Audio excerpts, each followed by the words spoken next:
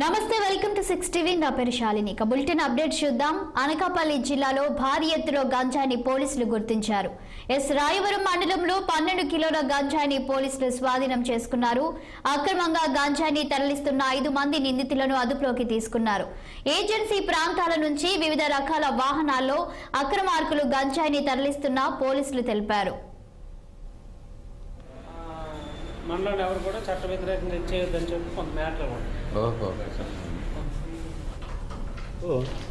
మా స్టేషన్ సిబ్బంది, మా ఏఎస్ఐ గారు వెంకటేశ్వర్లు, అలాగే స్టేషన్ సిబ్బందితో మన అడ్ రోడ్లో ఉన్నటువంటి తిమ్మాపురం అడ్ రోడ్లో చెకింగ్ చేస్తుండగా టువర్డ్స్ నర్సీపట్నం నుండి వస్తున్నటువంటి ఒక 5 వ్యక్తుల్ని తనిఖీ చేయగా వారి దగ్గర ఉన్న బ్యాగుల్లో 12 కేజీల గంజాయి గుర్తించడం జరిగింది. దాని మీద కేసు నమోదు చేసి వారిని ఇప్పుడు మేజిస్ట్రేట్ గారి ముందుకు ప్రొడ్యూస్ చేయడానికి తరలిస్తున్నాం. అంతేకాకుండా ఈ గంజాయి అనేది విశాఖ ఏజెన్సీ అంటే ఒరిస్సా బార్డర్ ప్రాంతం నుంచి కలెక్ట్ చేసుకొని కడప ప్రాంతానికి తీసుకెళ్తున్నారండి. ఇందులో ఈ 5గురిలో 4 ఈ గంజాయి